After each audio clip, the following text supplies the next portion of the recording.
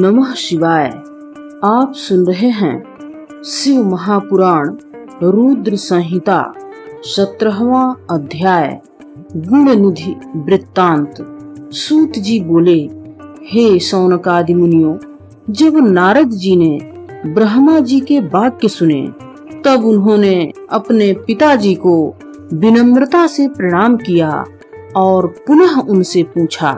नारद जी बोले, भगवान विधे, कृपया यह बताइए कि भक्त वत्सल भगवान शंकर कब कैलाश गए और कुबेर के साथ कब मित्रता हुई? पूर्णावतार शिव ने वहाँ क्या कार्य किया? इन सब बातों को सुनने की मुझे बड़ी उत्कंठा है। आप यह सब वृत्तांत मुझसे कहिए। ब्रह्मा जी बोले, हे नारद, जिस प्रकार शंकर कैलाश पर गए और उनकी कुबेर के साथ मित्रता हुई, शंकर जी के इस चरित्र का मैं वर्णन करता हूँ। तुम ध्यान से सुनो। काम्पिल्य नगर में यज्ञदत्त नाम के एक योग्य विद्वान ब्राह्मण रहते थे। उनका जन्म सोमयाजी के वंश में हुआ था। वह यज्ञ विद्या में दक्ष, वेद और वेदांग के ज्ञाता, वेदांत आदि खड दर्शनों में कुशल, सुंदर आकृति वाले और वेदों के अध्ययन में तत्पर थे। यज्ञोपवीत संस्कार के होते ही उन्होंने 8 विद्याओं का खूब ही अध्ययन किया, पर दुख है कि इतना योग्य होते हुए भी वह कुमार्गामी हो गया। वह दुःसंग में पड़ गया। पिताजी से छिपकर वह द्यूत कीड़ा में आसक्त हो गया। वह माता का एकाकी प्यारा पुत्र था। उसकी मित्रता जुआरियों के साथ हो गई, अतः वह प्रारंभ में ही माता जी से कई बार धन लेकर उन जुआरियों को दे देता था। वह संध्योपासना, आचरण और वेदाध्ययन से भी विमुख हो गया। यहाँ तक कि वह वेद और ब्राह्मणों की निंदा भी किया करता था। उसका प्रेम नट, पाखंडी और भांडों के साथ उत्तरोत्तर बढ़ता जा रहा था। उसकी माता अपने एकाकी लाडले पुत्र से पिताजी के समीप जाने की बार बार कहा करती थी, पर वह दुर्दैववश पिताजी के पास नहीं जाता था। जब जब पिताजी अपनी धर्म पत्नी से पूछते कि हे कल्याणी, मैंने गुणनिधि पुत्र को घर में नहीं देखा, वह क्या करता रहता है, तब तब वह यही उत्तर देती थी कि अभी अभी वह बाहर चला गया है। एक ही पुत्र वाली होने के कारण वह माता बड़ी चतुराई और चालाकी से उस दीक्षित को ठग लिया करती थी। अंततोगत्वा दीक्षित ने गृह सूत्र के अनुसार उस पुत्र का विवाह भी करा दिया। माता पुत्र को प्रायः व्यसन और बुरे कार्यों को त्यागने की सलाह दिया करती थी और कहती थी कि तुम्हारे पिता बड़े महात्मा, ज्ञानी और तपस्वी हैं। जब वह सब जान लेंगे तो तुम्हें और मुझे दोनों को ही मारेंगे। तुम्हारा पवित्र कुल भी तुम्हें धिक्कारेगा, परंतु माता के समझाने का उस पर कोई प्रभाव नहीं पड़ता।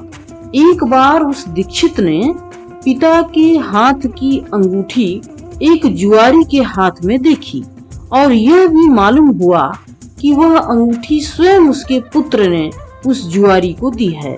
यही नहीं, बहुत सा धन भी समय समय पर दिया है। जुआरी ने आश्चर्य प्रकट किया और कहा, बड़ी विचित्र बात है कि तुम अभी तक अपने पुत्र को नहीं समझ पाए। दीक्षित ने विचारते हुए कहा, सत्य है, ऐसा असत पुत्र पैदा करने वाली उसकी पत्नी ही उस पुत्र के अवगुण छिपाती रही। बाद में यज्ञदत्त को जब अपना अन्य सामान भी न मिला तो सारा दोष अपनी पत्नी का जानकर उसने जल लेकर पुत्र और पत्नी दोनों का परित्याग कर दिया और किसी श्रोत्रिय ब्राह्मण की कन्या से अपना दूसरा विवाह भी कर लिया। 18वां अध्याय गुण निधि को मोक्ष। ब्रह्मा जी बोले, हे नारद, वह दीक्षित का पुत्र अपना वृत्तांत सुन अपने को धिक्कारता हुआ घर से निकल पड़ा। कुछ दूर चलकर वह रुका और चिंता में व्यस्त होकर सोचने लगा, मैं कहाँ जाऊं, क्या करूं? जिसके पास धन है वही देश देशांतर में जाकर सुख प्राप्त कर सकता है। ब्रह्मा जी बोले, नारद, इस प्रकार सोचते सोचते उसको शाम हो गई। इसी समय कोई शिव भक्त अपने परिवार के मनुष्यों के साथ शिव चतुर्दशी की रात को शिव जी की पूजा करने के लिए जा रहा था। उसने शिवालय में जाकर भगवान शिव जी की पूजा बड़ी श्रद्धा भक्ति से की। इधर यज्ञदत्त का पुत्र गुणनिधि माता पिता द्वारा बहिष्कार किया हुआ भूखा, उसने पकवानों की सुंदर उत्तम गंध को सूंघा। वह महेश्वर के भक्त के पीछे पीछे हो लिया और वह मन में सोचता था कि जब यह भक्त शिव की पूजा करके दैववश निद्रा के वशीभूत होंगे तभी मैं रात को शिव को अर्पित विविध पकवान को खा लूंगा। इस आशा से वह शिवालय के द्वार पर जा बैठा। उसने भक्तों के द्वारा कृत शिव पूजन को भी देखा। पूजा के पश्चात उन्होंने शिव के सम्मुख नृत्य, गीत और कीर्तन आदि विधियां की। जब वे सो गए तभी गुणनिधि नैवेद्य लेने को शिवालय में गया। दीपक की ज्योति बहुत मंद थी। उसने पकवान देखने के लिए अपने कपड़े की बत्ती बनाकर दीपक को और अधिक प्रज्वलित कर दिया। भूखा गुणनिधि पकवान लेकर शीघ्र बाहर को भागा। उसके पैर के लगने से सोता हुआ एक भक्त जाग गया। उसने भयभीत वाणी में जोर से कहा, पकड़ो पकड़ो, यह कौन चोर भागा जा रहा है?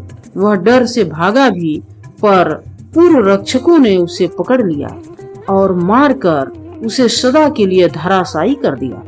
यह अच्छा हुआ कि शिव जी के अनुग्रह से और भावी पुण्यों के बल से शिव जी का नैवेद्य वह नहीं खा सका। उसी समय यमराज के भयंकर दूत अपने हाथों में पास और मुदगर लेकर उस पापी को बांधने के लिए आ गए। इसके साथ ही किंकड़ी की माला पहने हुए शिव जी के पार्षद दिव्य विमान लेकर उसको लेने को आ गए। उन्होंने यम के दूतों से कहा, हे दूतों, इस ब्राह्मण को छोड़ दो, यह परम धार्मिक है, यह दंड के योग्य नहीं है, इसके सभी पाप भस्म हो गए हैं। यह सुनकर यमदूत भयभीत हुए और नम्र होकर बोले, यह ब्राह्मण बड़ा दुराचारी है, इसने कुलागत आचरण किया है और माता पिता के वाक्यों का उल्लंघन किया है। यह संध्या और स्नान नहीं करता था और सत्य पवित्रता से रहित हो गया था। आप जैसे दूतों के लिए यह ब्राह्मण अस्पृश्य है। जो शिव निर्माल्य के भोक्ता, उसके अतिक्रमण करने वाले और उसके दाता हैं, उनका स्पर्श करना भी पाप है। विष का पान करना अथवा स्पर्श करना हितकर है, पर कंठगत प्राण आने पर भी मनुष्य को शिव समर्पित वस्तु का सेवन नहीं करना चाहिए। यदि इस ब्राह्मण में धर्म की कोई मात्रा अवशिष्ट है तो कृपया हमें बताइए। यमदूतों के वचन सुनकर शिव पार्षदों ने शंकर जी के चरण कमलों का स्मरण करके कहा, देखो, कई एक शिव धर्म सूक्ष्म होते हैं, उन्हें सूक्ष्म दृष्टा ही जान पाते हैं। आप जैसे स्थूलदर्शी नहीं जान सकते। इस यज्ञदत्त के पुत्र ने निष्पाप होकर जो कार्य किया उसे तुम सुनो। हे यमदूतों, इस यज्ञदत्त के पुत्र ने जहाँ बहुत सारे पाप किए, वहाँ इसने पाप रहित कार्य भी किए हैं, जैसे शिवलिंग पर गिरती हुई दीपक की छाया का निवारण, अपना वस्त्र फाड़कर प्रकाश करना, प्रसंगवश शिव गुणों का श्रवण करना और भी अन्य धर्म कार्य किए हैं। व्रत रखकर शिव पूजा का दर्शन भी किया, स्थिर चित्त से द्वार पर बैठा रहा, अतः यह शिवलोक को जाएगा। ऐसी बात शिव के पार्षदों ने यमदूतों से कही। बाद में वह ब्राह्मण शिवलोक को गया और वहाँ वह शिव पार्वती की सेवा करके लौटा और फिर से कलिंग देश का राजा हुआ। उसका नाम अरिंदम पड़ा। शिव जी की थोड़ी सी भी सेवा अति फलदायी होती है। यज्ञदत्त के पुत्र गुणनिधि का चरित्र जो भी सुनेगा उसकी सभी कामनाएं पूर्ण होंगी। हे ऋषियों, आज जिस प्रकार देवताओं के सिरमौर ने कुबेर से मित्रता की वह आख्यान सुनो। 19वां अध्याय, गुणनिधि को कुबेर पद की प्राप्ति। ब्रह्मा जी बोले, हे नारद, पहले पद्म कल्प में मेरे मानस पुत्र पुलस्त्य हुए, उनसे विश्रवा नाम के पुत्र हुए, उनसे वैश्रवण नाम का पुत्र हुआ। उसने अत्युग्र तप से शिव की आराधना की। इसका फल यह हुआ कि उसने विश्वकर्मा रचित अलकापुरी को भोगा। पद्म कल्प की समाप्त होने पर मेघवाहन कल्प के प्रारंभ में इस यज्ञदत्त के पुत्र ने असह्य तप किया। उसने केवल दीपदान से शंकर के भक्ति प्रभाव को जाना। वह ज्ञानदायिनी शिवपुर काशी में पहुंचा। वहां उसने अपने चित्त रूपी रत्न दीपकों से 11 रुद्रों को प्रकाश प्रदान किया। इससे वह भक्ति स्नेह से परिपूर्ण हो ध्यान मग्न और तन्मय हो गया। उसने खड्वर्ग काम क्रोधादि का त्याग करके अपने अंतःकरण में शिवलिंग की स्थापना करके उनकी सद्भाव रूपी कुसुमों से अर्चना की। तब तक उसने 11,000 वर्ष तक घोर तप किया। जब तक उसके देह में अस्थि की अवशिष्ट रही, तब अलकापुरी अधीश्वर की तपस्या को देखकर भगवान शंकर जी प्रकट हो गए। उनको सामने पाकर के वह बोला, हे शिव जी, आपके तेज से मेरे नेत्र बंद हो गए हैं, अतः अपने चरण कमल के दर्शन की सामर्थ्य मुझे प्रदान कीजिए। हे मुनिशेखर, आपको बारंबार प्रणाम है। यह यज्ञदत्त का वही पुत्र था जो शिव जी की सेवा और भक्ति के कारण अलकापुरी का राजा हुआ था।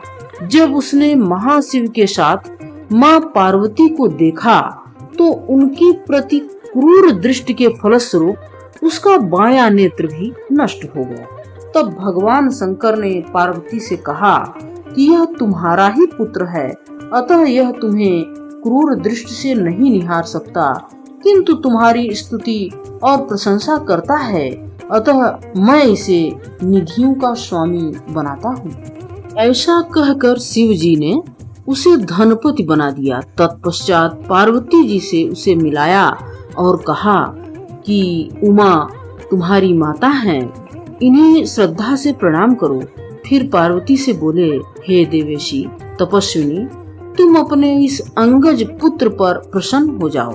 तब उमा ने उसे आशीर्वाद देते हुए कहा, हे वत्स, तुम सुखी रहो, तुम्हारी शिव के प्रति भक्ति निरंतर बढ़े।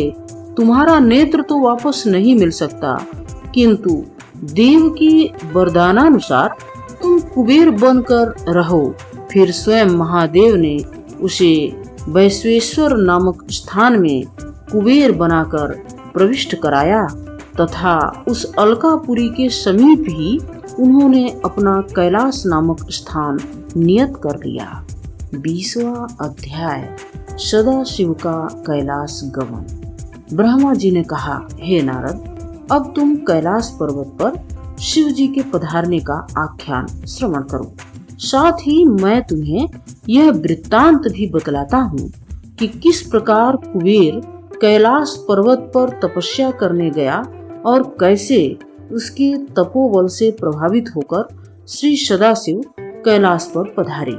कुबेर को कठिन तपस्या करते हुए देखकर श्री ब्रह्म के अंश से उत्पन्न रुद्र भगवान शिव की इच्छा से वहां जाने के लिए उत्सुक हुए।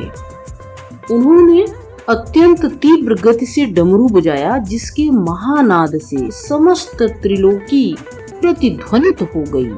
डमरू के गुंजित स्वर से ही आविर्भूत होकर भगवान श्री विष्णु तथा ब्रह्मादिक समस्त देवता, साथ ही समस्त ऋषि मुनि, वेद शास्त्र एवं सिद्ध पुरुष भी मूर्त स्वरूप होकर वहां पधारे। तदनंतर अगणित गणों के साथ लाखों करोड़ों की संख्या में सेना लेकर भगवान शंकर ब्रह्मा विष्णु सहित भी अत्यंत प्रेम जनित होकर शिव स्वरूप रुद्र के दर्शनार्थ कैलाश पर पहुँचे। भगवान शंकर को पधारता हुआ देखकर महात्मा कुबेर ने सश्रद्धा उठकर बड़ी भक्ति के साथ नाना प्रकार की भेंट तथा उपहार से युक्त हो सपरिवार उनकी अर्चना तथा स्तुति की। साथ ही उनका आलिंगन भी किया और अपने साथ ले जाकर अलकापुरी में उनका निवास करा दिया। पश्चात भगवान शंकर ने विश्वकर्मा को उपस्थित होने का आदेश दिया। आदेशानुसार तत्क्षण ही विश्वकर्मा वहां उपस्थित हुए तथा भगवान शिव को प्रणाम करके सेवा करने की आज्ञा मांगी। तब भगवान शिव ने विश्वकर्मा को कैलाश पर्वत पर अपने भक्तों तथा अनुचरों के लिए स्थान बनाने का आदेश दिया। आदेश को शिरोधार्य करके विश्वकर्मा ने विविध प्रकार के भव्य स्थान निर्मित किए। इस अवसर पर ही भगवान विष्णु ने उनकी स्तुति की, जिसे सुनकर भगवान शिव अत्यंत प्रसन्न हुए। इसके पश्चात भगवान शिव कुबेर की ओर प्रवृत्त हुए तथा उससे अत्यंत प्रसन्नता का अनुभव किया। तदनंतर उन्होंने कैलाश पर प्रस्थान किया तथा एक शुभ मुहूर्त में उसमें प्रविष्ट हुए।